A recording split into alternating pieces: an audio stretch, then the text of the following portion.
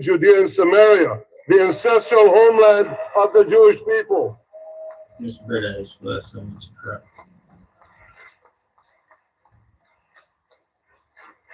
Thank you for brokering the historic Abraham Accords. Avraham, Eskemei Avraham.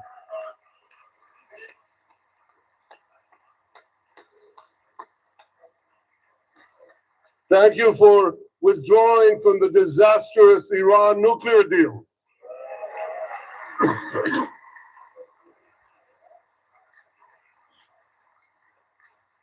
Thank you for supporting Operation Rising Lion and for your bold decision to launch Operation Midnight Hammer. Boy, is that, you got to hear this. Listen to this shit. This is the most fitting name ever named for a military operation, because a little after midnight, you really hammered them. He's full of so much crap. My friends, this is only a partial list, but it's enough to affirm what I've said time and again. Donald Trump is the greatest friend that the state of Israel has ever had in the White House.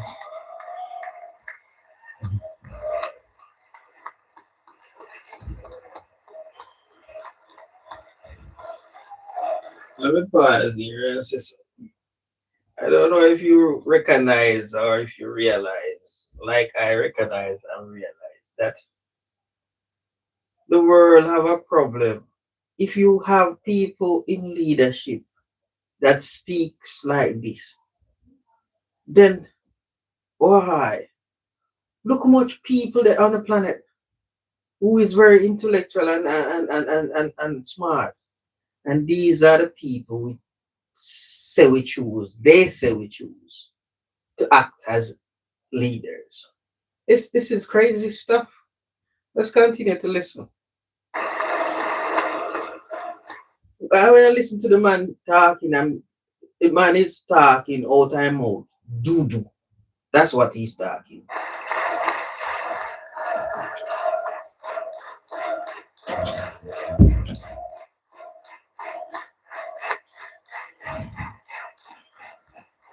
No American president has ever done more for Israel. And as I said in Washington, it ain't even close. It's really not a match. Mr. President, today we welcome you here to thank you for your pivotal leadership in putting forward a proposal that got the backing of almost the entire world. A proposal that brings all our hostages home.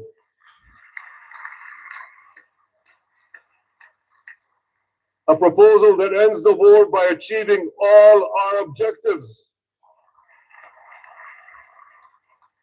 A proposal that opens the door to an historic expansion of peace in our region and beyond our region.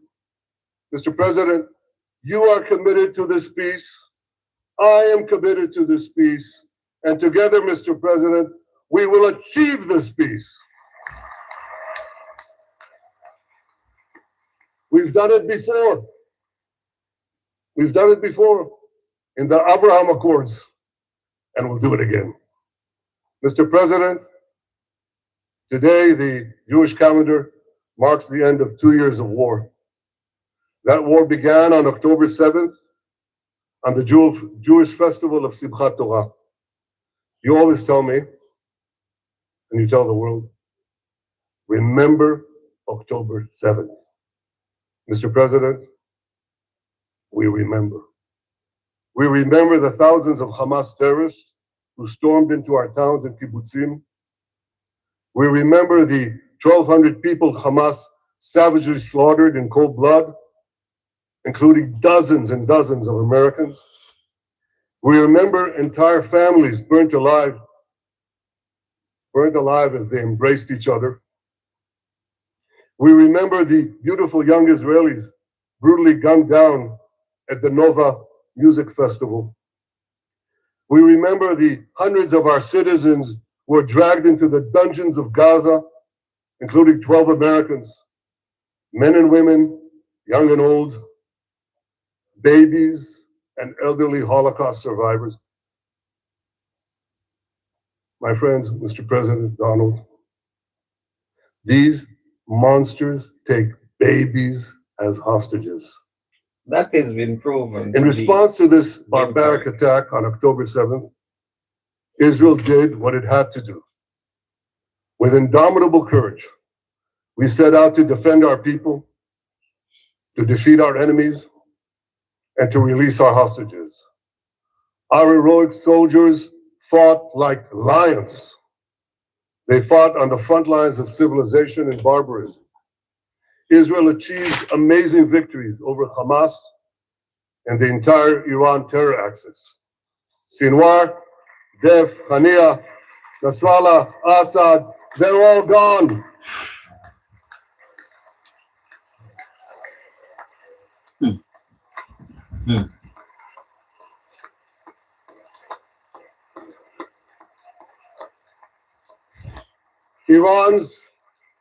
Iran's nuclear weapons and ballistic missile program with Europe, enormous help, Mr. President, rolled back. Half the Houthi leadership wiped out.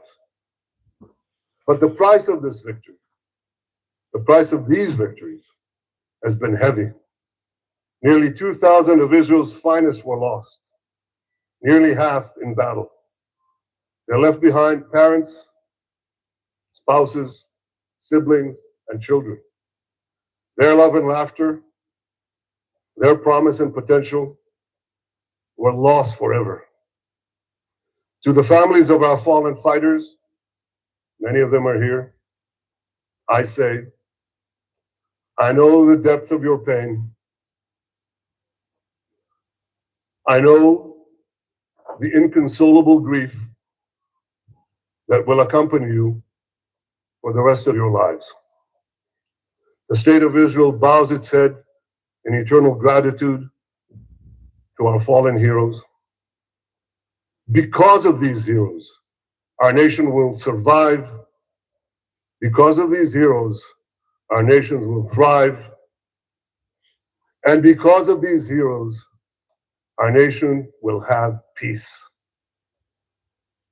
Mr. President, thousands of our brave soldiers were also wounded, suffering terrible blows to body and soul. Brave soldiers like Ari Spitz. Ari is an American. This guy is not normal, I'm telling you. But his day will come when he would have to face the law. Because in so-called they're acting like it's Bible time where they can just act with impunity. This is a different time where you will be held accountable sooner or later. And mark the words that his time, like the rest, will definitely come. Ari is an American Israeli who was injured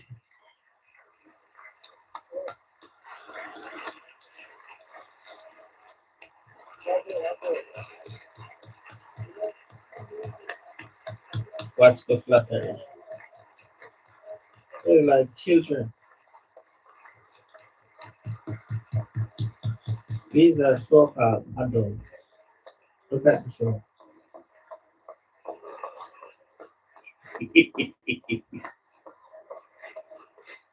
and this and Ari is an these- American Israeli who was injured in Gaza And- while searching. and these third world people or these first world people is people we are trying to be like.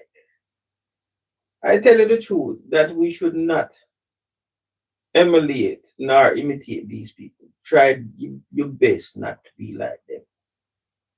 Hamas terrorists and weapons. Two of Ari's comrades were killed in this action, and 10 were injured. Ari was presumed dead, but made a miraculous recovery despite losing 3 limbs. Ari, stand up for a minute alone. Stand up. There you go. There. Ari, you are the spirit of Joshua. You are the spirit of David. You are the spirit of the Maccabees. You are the spirit of Israel. I salute you. We all salute you.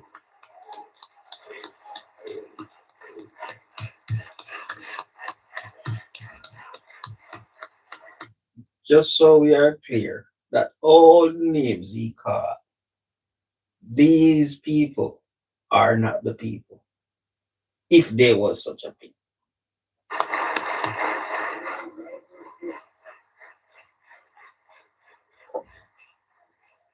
Sabine Tassa of Kibbutz Netiv HaAsara is watching us today from the Israeli consulate in Los Angeles. Sabine lost her husband and her oldest son on October 7th. She is the mother of 3 other boys. 2 of them, Koren and Shai, witnessed their father jump on a Hamas grenade to save his 2 sons. We all saw the film of those 2 boys crying out in pain, "Father is dead. Why? Why did God save me?" Mr. President, my friend Donald, I've seen some very tough things in my life. But I couldn't bring myself to watch those boys suffering again. So I didn't see this film except once.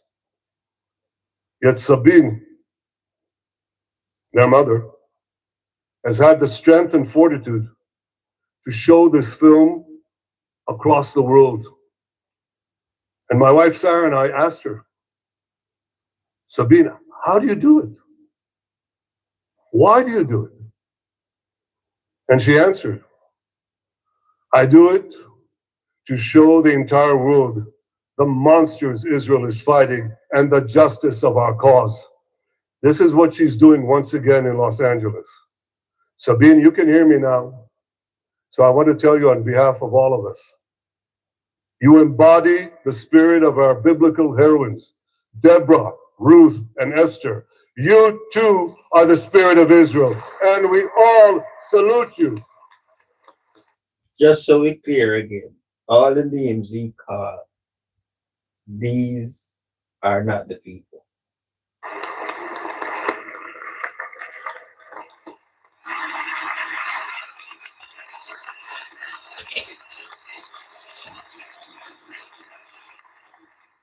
Mr. President, you asked me on our many conversations And that's my personal during the opinion. 12-day war with Iran, you asked me, how are the people holding up? And I said to you, our people are strong. Israelis are a nation of lions with unlimited resolve to defend our country and secure our future. The people give strength to our soldiers, and the people give strength to me and to my colleagues. The Jewish people have risen from the ashes time and again, but when we formed the State of Israel and the Army of Israel, we pledged never again would be defenseless against our enemies. And that resolute strength not only assures our survival, it assures our future, it assures peace. We have paid a high price for this war, but our enemies now understand just how powerful and just how determined Israel is. They understand that attacking Israel on October 7th was a catastrophic mistake. They understand that Israel is strong and that Israel is here to stay. And this, Mr. President, is the indispensable foundation of peace. Peace through strength. Ladies and gentlemen, this is a momentous day, a day of great joy as the remaining hostages come home. My wife Sarah and I have met with the hostage families many times. There were no words to describe their agony, only tears of bottomless sorrow and unimaginable pain. At the beginning of the war, I promised to bring all the hostages home. Today, with the indispensable help, the determined and focused help, the unremitting help of President Trump and his team, and with the incredible sacrifice and courage of the soldiers of Israel, we are fulfilling that promise.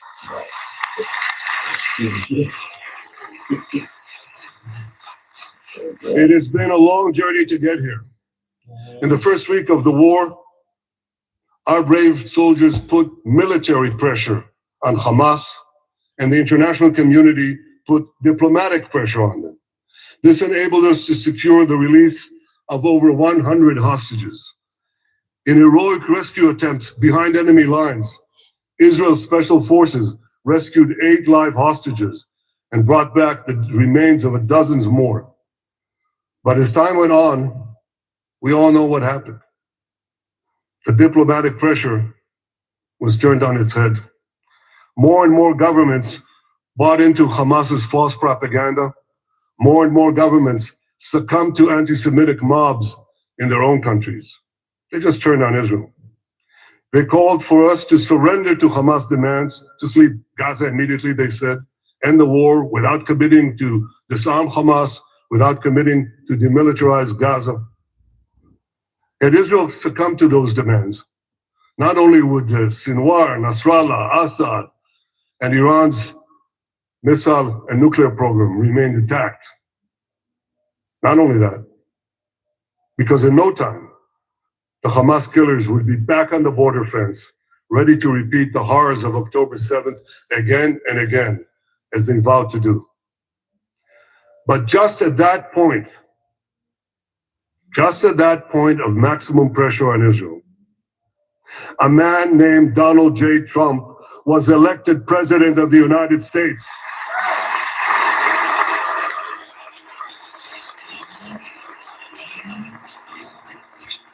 And ladies and gentlemen, overnight, everything changed. Everything.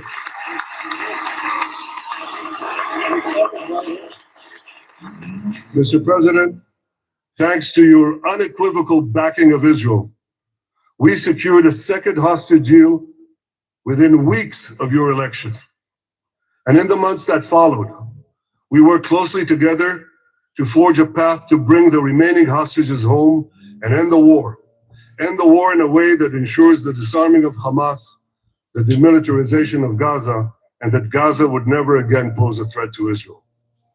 2 months ago, you fully backed my decision to send the IDF into the last Hamas stronghold in Gaza City.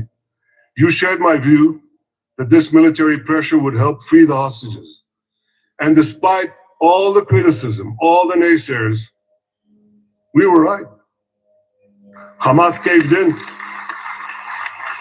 And 2 weeks ago, you succeeded in doing something miraculous. You succeeded in doing something that no one believed was possible. You brought most of the Arab world. You brought most of the world behind your proposal to free the hostages and end the war. I want to thank Steve Witkoff, Jared Kushner, and Ron Dermer for their great contribution to this effort.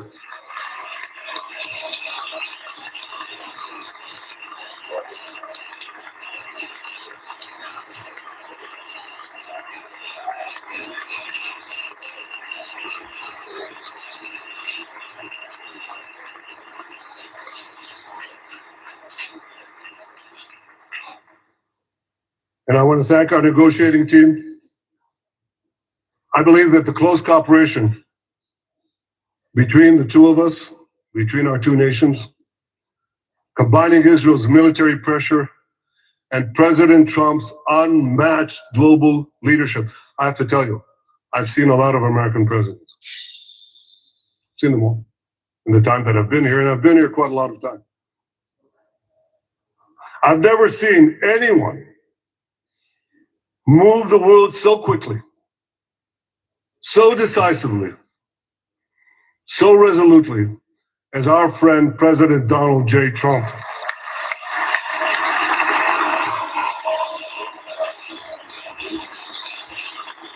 This guy is very smart. The guy is very smart. He knows that Donald Trump like flattery. And he's flattering the hell out of him.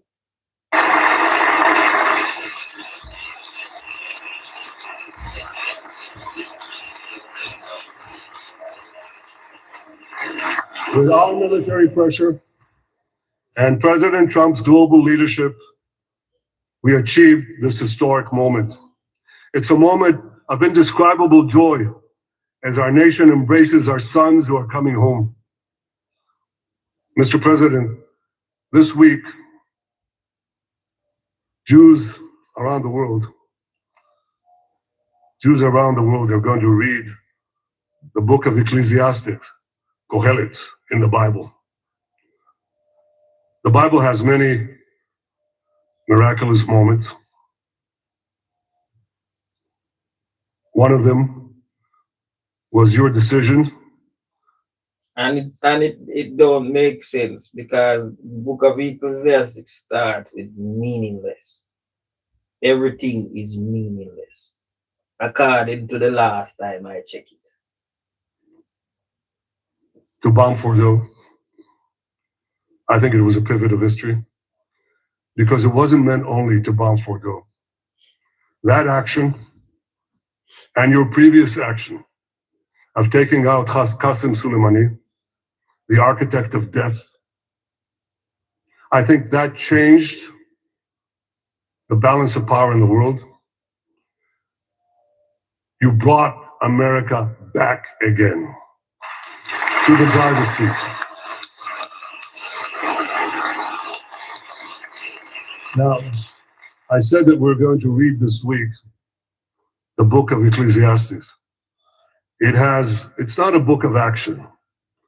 It's a book of meditations, of thought, of perspective on life and on death. And in this book, we read the immortal words of King Solomon. To everything there is a season and a time for every matter under heaven. Et milchama ve'et shalom.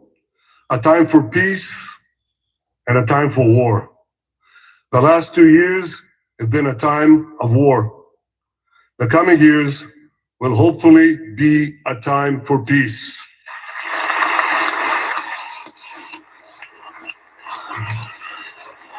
Peace inside Israel and peace outside Israel.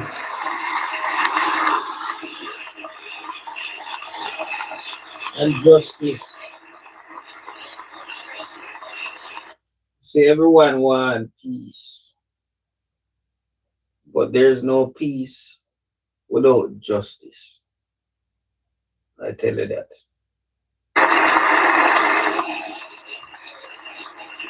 What people want, what people really want is equal rights and justice. That's what. To continuing marching with you on the path we paved together with the Abraham Accords. Under your leadership, we can forge new peace treaties with Arab countries in the region and Muslim countries beyond the region. Abraham's children will work together to build a better future, a future that will unite civilization against barbarism, light against darkness, and hope against despair. And my friends, I believe that with President Trump's leadership, this will happen a lot faster than people think.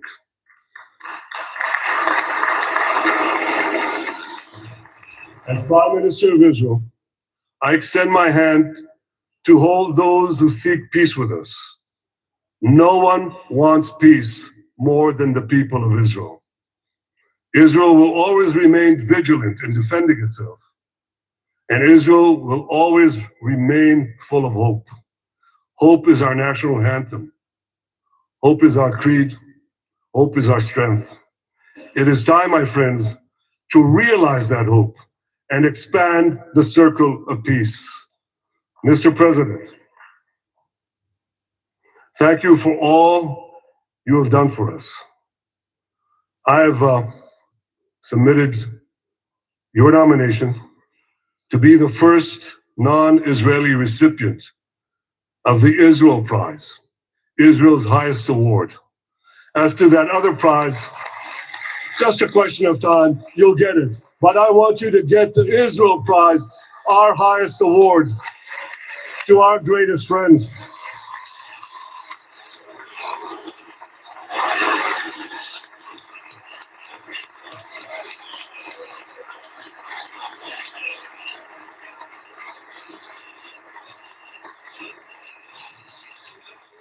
When others were weak, you were strong. When others were fearful, you were bold. When others abandoned us, you stood by our side. On behalf of the government and people of Israel, I thank you for your extraordinary friendship. Thank you for helping bring our hostages home. Thank you for supporting Israel's march to victory. Thank you for paving a path to peace. מכובדי נשיא ארצות הברית, ידידי דונלד, ברוך הבא לישראל, ברוך הבא לירושלים, ברוך הבא ביום המרגש הזה, שהחיינו וקיימנו והגיענו לזמן הזה.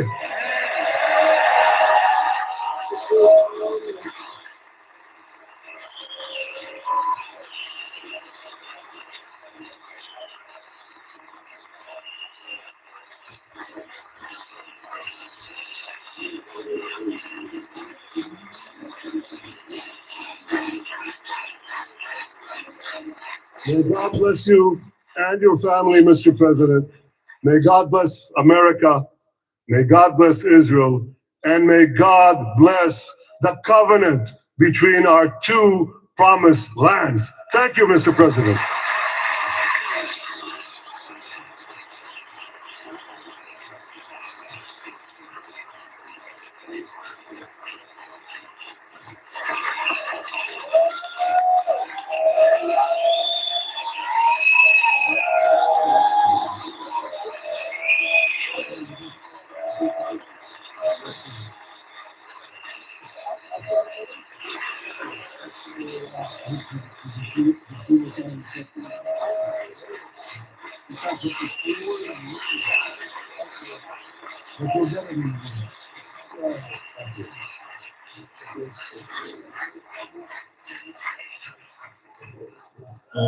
President.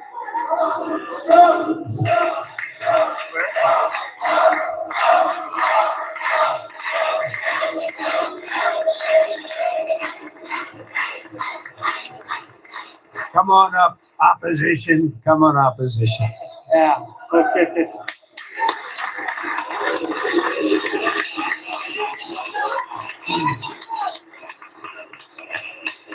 אני מתכבד להזמין כעת את ראש האופוזיציה, חבר הכנסת יאיר I am לפיד. honored to invite opposition leader, Knesset member Yair Lapid. Thanks for the light.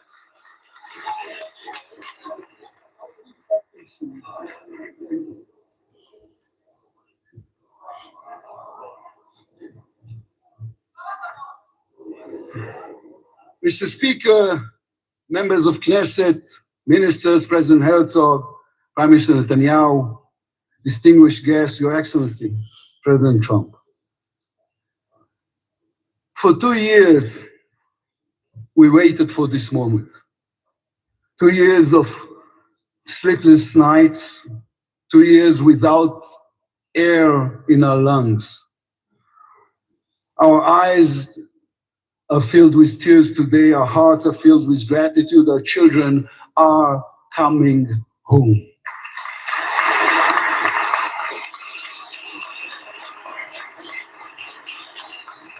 In the Babylonian Talmud, a sacred book of the Jewish people, it is written, whoever destroys one life, it is as though he destroyed an entire world, and whoever saves one life, it is though as he has saved an entire world. Mr. President, you have saved the lives of our hostages. Good speaking. I like this part. Let's hear. But you saved so much more. You have saved the souls of the bereaved whose loved ones now will be brought home for burial. You have saved thousands of soldiers who will now not fall in battle. And you have saved millions from the horrors of war. You have saved more than one life, and each life is an entire world. This is a historic moment and a reminder that history is shaped by people. It is shaped by those who know the past but have the vision to change the future. When you were elected, you declared that you would be the president of peace. You have kept your word. The fact that you were not awarded the Nobel Peace Prize is a grave mistake by the committee. But they will have no choice, Mr. President. They will have to award it to you next year.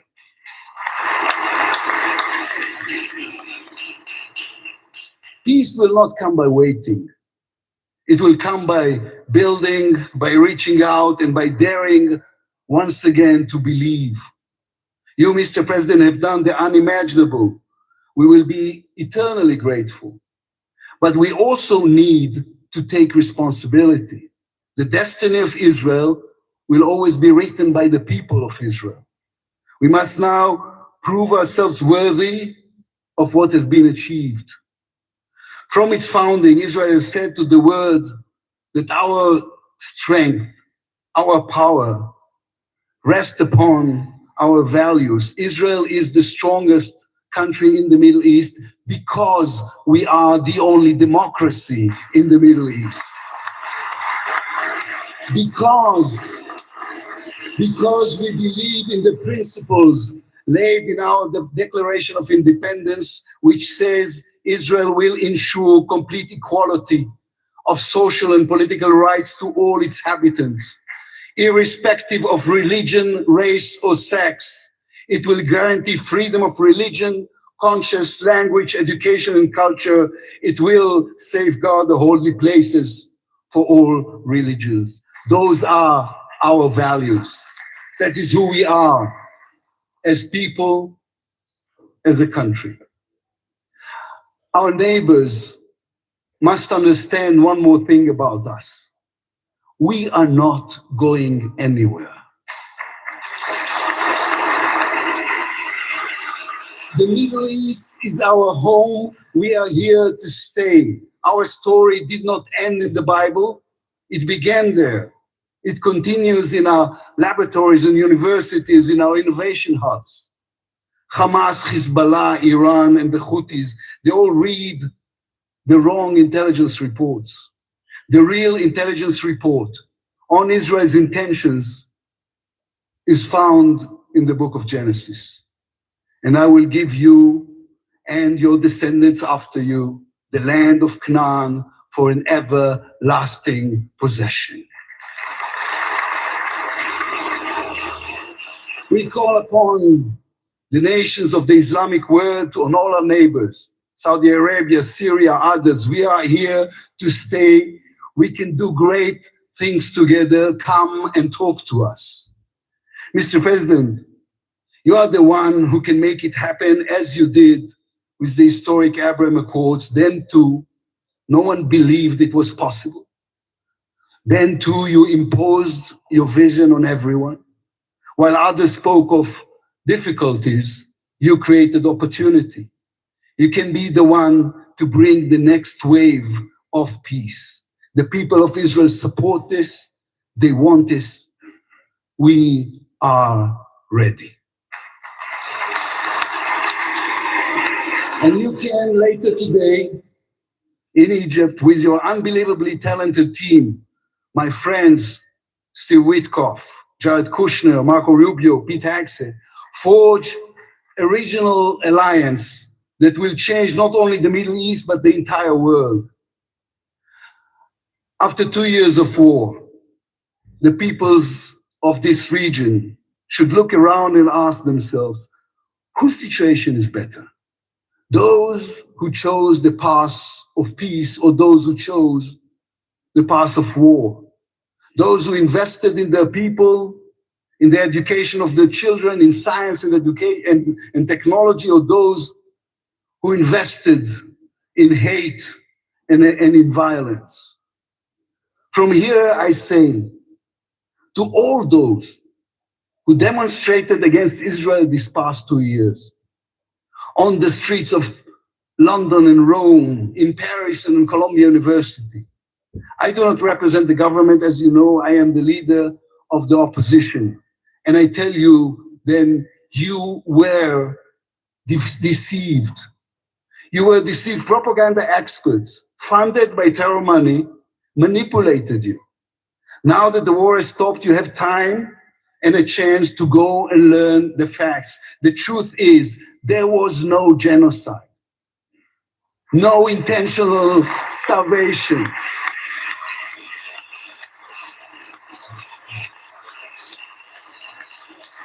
The truth is, there was an army and a country fighting in the most complicated conditions imaginable against terrorists who send their own children to die for a follow-up, who use their own children as human shields. The truth is that a democratic state was attacked by a fanatical terrorist organization. 1,200 people were killed in one day, women. But they also should mention that it's funded. Those fanatic was funded by them, these people. They're not mentioning the nitty-gritty of the thing. Raped, babies were burned alive. And all that, on all the while, they played with your minds, selling you the absurd idea that supporting Islamic terror is somehow a liberal value. There is good and evil in this world. When you stand with Hamas, you stand with evil. When you stand with Hezbollah, you stand with evil. When you stand with the Iranian regime, you stand with evil. When you stand with Israel, you stand on the side of justice.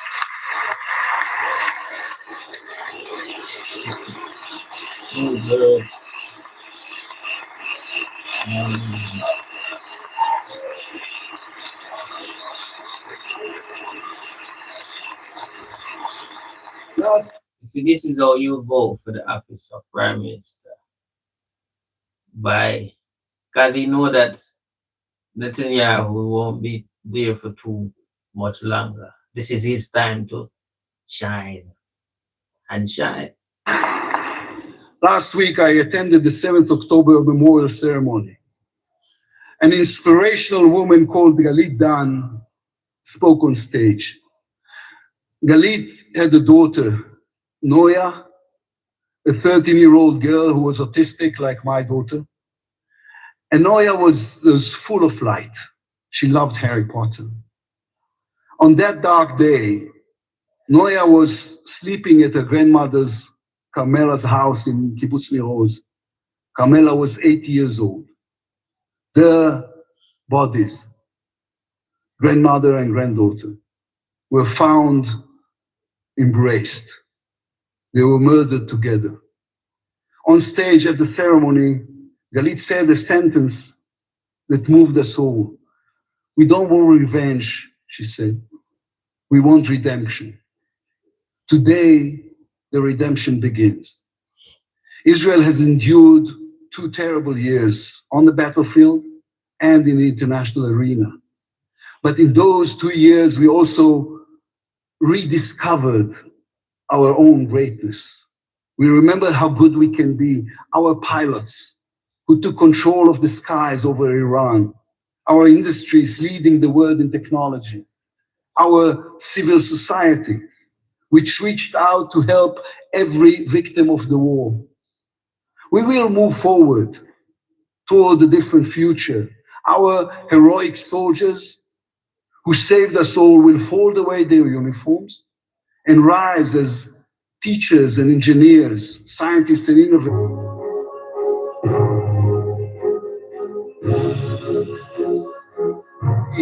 The death of those who sacrificed everything these past years.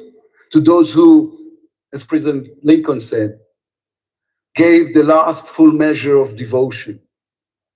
We can only be worthy of them, worthy of their sacrifice. Mr. President, allow me to speak also to the businessman in you, the deal maker who understands value. If there were one stock in the world I would invest in today, it is the state of Israel. If there were one nation that deserves unrestricted access to GPU chips, to AI and SMR technologies, to American markets, it is the state of Israel. Israel can only be worthy of them, worthy of their sacrifice. Mr. President, allow me to speak also to the businessman in you, the deal maker who understands value. If there were one stock in the world I would invest in today, it is the state of Israel. If this war is over, we will always need to stay vigilant, to guard against those who seek our destruction. But the state of Israel is about to reinvent itself. The challenges ahead demand not only strength, but a new vision. It's time to take a new path, to be a nation that is advanced and thriving and peace-seeking. We have waited for this moment, for the end of the war, for the return of the hostages, for the chance to rechannel our grief and loss into the energy needed to rebuild our nation. Thanks to you, Mr. President. Thanks to our soldiers, our lions. Thanks to the millions of great Israeli patriots who filled the streets and the square and never, not for one moment, gave up on the hostages. Thanks to all of them, the strength within us can now rise, succeed, and build for our future and for our children. Thank you very much. God bless the United States of America. Am Israel Chai.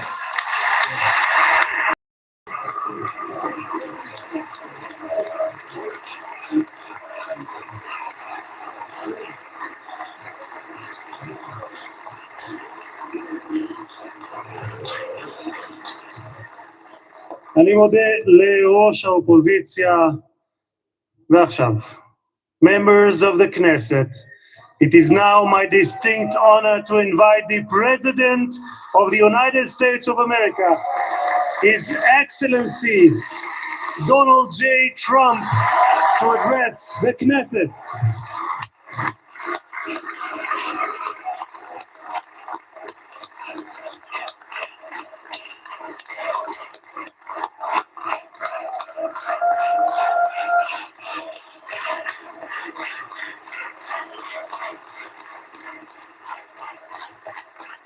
Thank you very much. Thank you.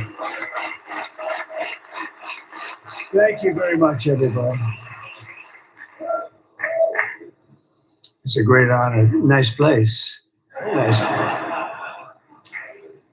Mr. President, Mr. Prime Minister, Mr. Speaker, esteemed members of the Knesset and cherished citizens of Israel, we gather on a day of profound joy, of soaring hope, of renewed faith, and above all, a day to give our deepest thanks to the Almighty God of Abraham, Isaac, and Jacob.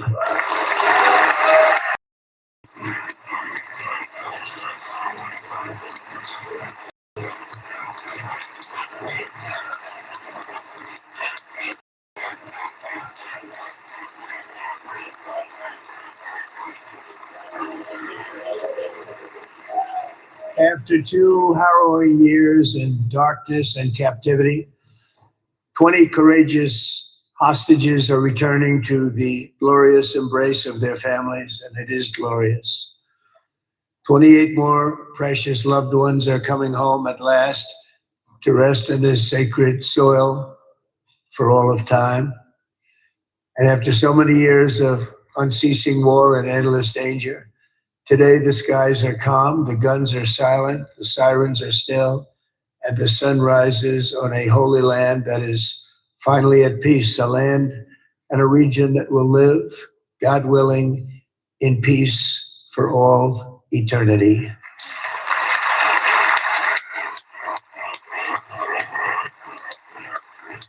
This is not only the end of a war, this is the end of an age of terror and death, and the beginning of the age of faith and hope and of God. It's the start of a grand concord and lasting harmony for Israel and all the nations of what will soon be a truly magnificent region. I believe that so strongly. This is the historic dawn of a new Middle East. I want to express my gratitude to a man of exceptional courage and patriotism, whose partnership did so much to make this momentous day possible. You know who I'm talking about. There's only one, Prime Minister Benjamin Netanyahu. Baby, please stand up.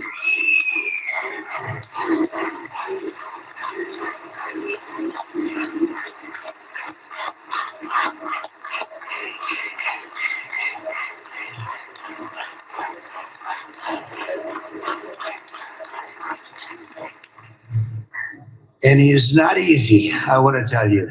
He's not the easiest guy to deal with. But that's what makes him great. That's what makes him great.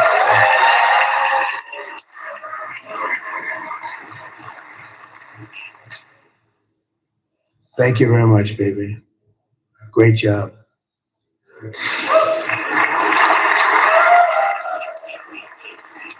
And let me also convey my tremendous appreciation for all of the nations of the Arab and Muslim world that came together to press Hamas to set the hostages free and to send them home. We had a lot of help. We had a lot of help from a lot of people that you wouldn't suspect.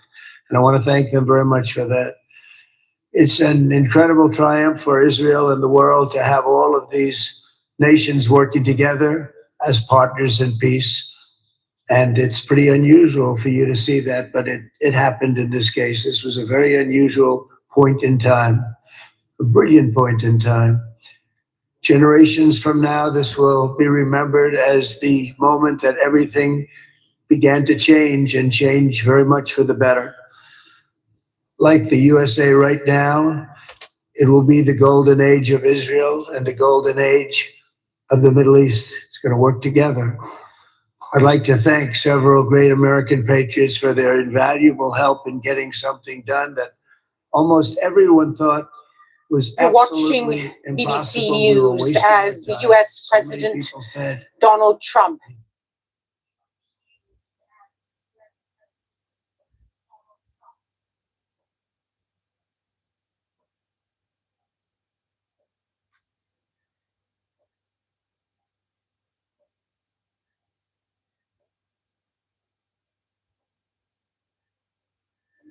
in getting something done that almost everyone thought was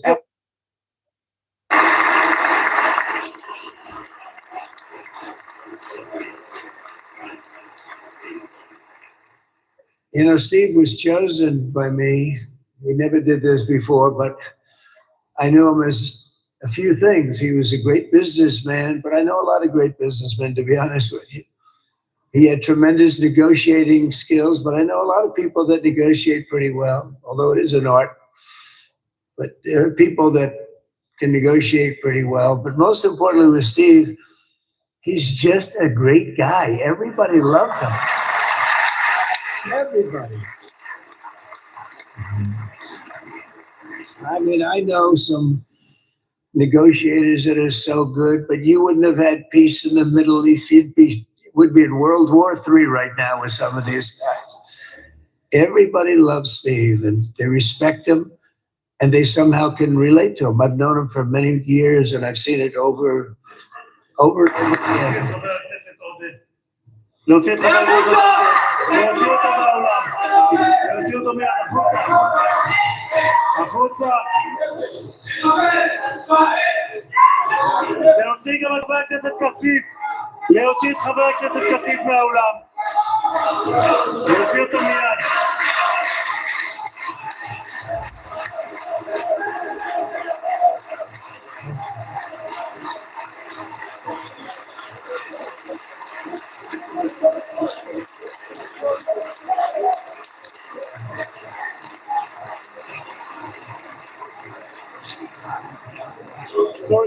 Mr. President. Thank you. Please.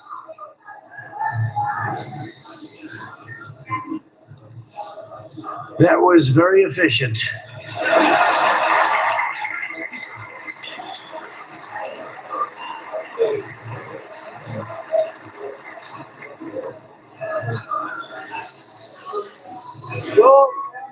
So back to Steve. He's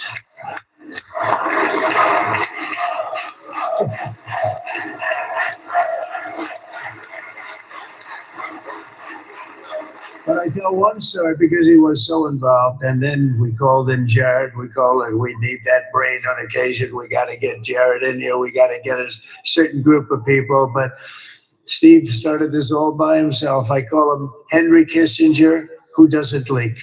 Okay? Henry is a big leaker. He leaked. Steve doesn't leak. Steve just wants to get the job done. He wants to do what's right. But I'll give you just a quick story because, as you know, he's working on the war with Russia and Ukraine, a war that would have never happened if I were president. A shame. 7,000 young soldiers a week are being killed. More than that this last week. It's a shame. Should have never happened. But it did happen, and we won the race, and I took this horrible war that's been raging, and I thought it would be easily settled. I thought it was a hell of a lot easier than doing what we just did very successfully with Israel and a lot of other people. But this came first, and we'll get that one. But I set up a meeting for him to meet with President Putin, thinking it would be a 15 or a 20-minute meeting. Steve had no idea about Russia, had no idea about Putin too much, didn't know too much about politics, wasn't that interested. He was really good at real estate, but he had that quality that I was looking for, and I didn't see it around in too many ways. And I set up the meeting with Putin, and I called. I said, is Steve finished yet? That was about a half an hour into the meeting. No, sir, he's not. He's still inside. This is in Moscow. I said, well, how's he doing? I don't know, sir. He's still inside. I called up an hour later. Let me speak to Steve. Sir, he's still with Putin. He's with President Putin. I said, wow, that's a long meeting, 1 hour. I called up an hour later, he was still with Putin. 3 hours later, he was still with Putin. 4 hours later, he started to get the word that he was going to be coming out soon. And in 5 hours, he came out. I said, what the hell were you talking about for 5 hours?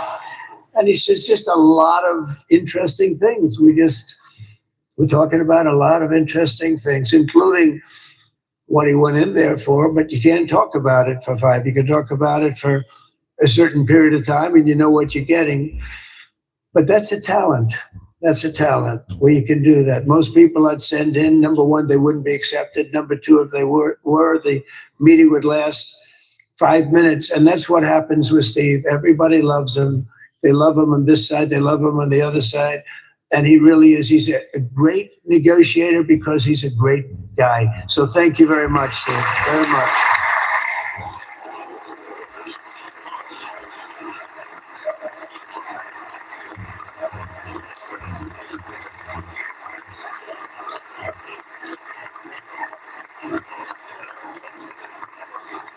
And let me also give a very special thanks to someone who truly loves Israel. In fact, loves it so much that my daughter converted. My daughter converted.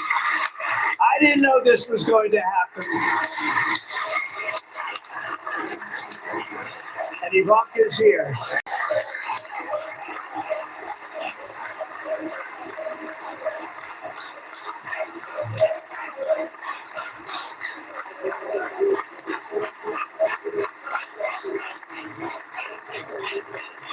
And Bibi, you do know this was not in the cards for me. You understand that.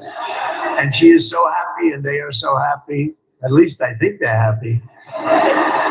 If they're not, we have a big story, right? No, they have a great marriage, and they get along great. They're best friends. They have a very special relationship. But Jared has been so helpful. He really did something very special. He established the Abraham Accords with a group of very wonderful people. I like calling it the Avraham Accords, because people that, right? Abraham, it's so cool. It's so much sort of nicer, you know, the Abraham versus the Abraham.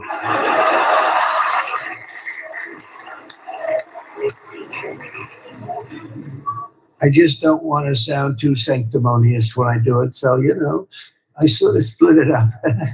This way we keep everybody happy. But we have some very great talent, and they have no excuses for anything that's taken place, because we had some unbelievably good people working on this. And then you're going to add a man named Marco Rubio, who is also here. That's right.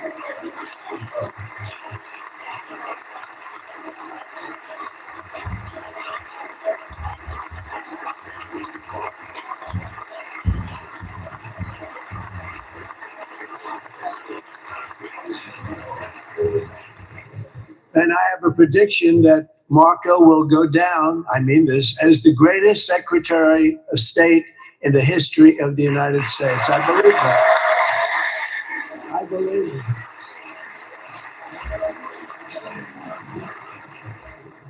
And he and I, you know, we really fought it out. You remember, he was tough. He was nasty. Who the hell thought this was going to happen, Marco, right? And now I'm saying he's going to go down as the greatest. He will. He was always smart and sharp, and people respect him. And then we have somebody who's young, but an unbelievable leader. I saw it a long time ago, and he's turned out to be even better than we thought. Right, Susie? I think even better. And that's Pete Hegseth, who is our Secretary of War, formerly Secretary of Defense.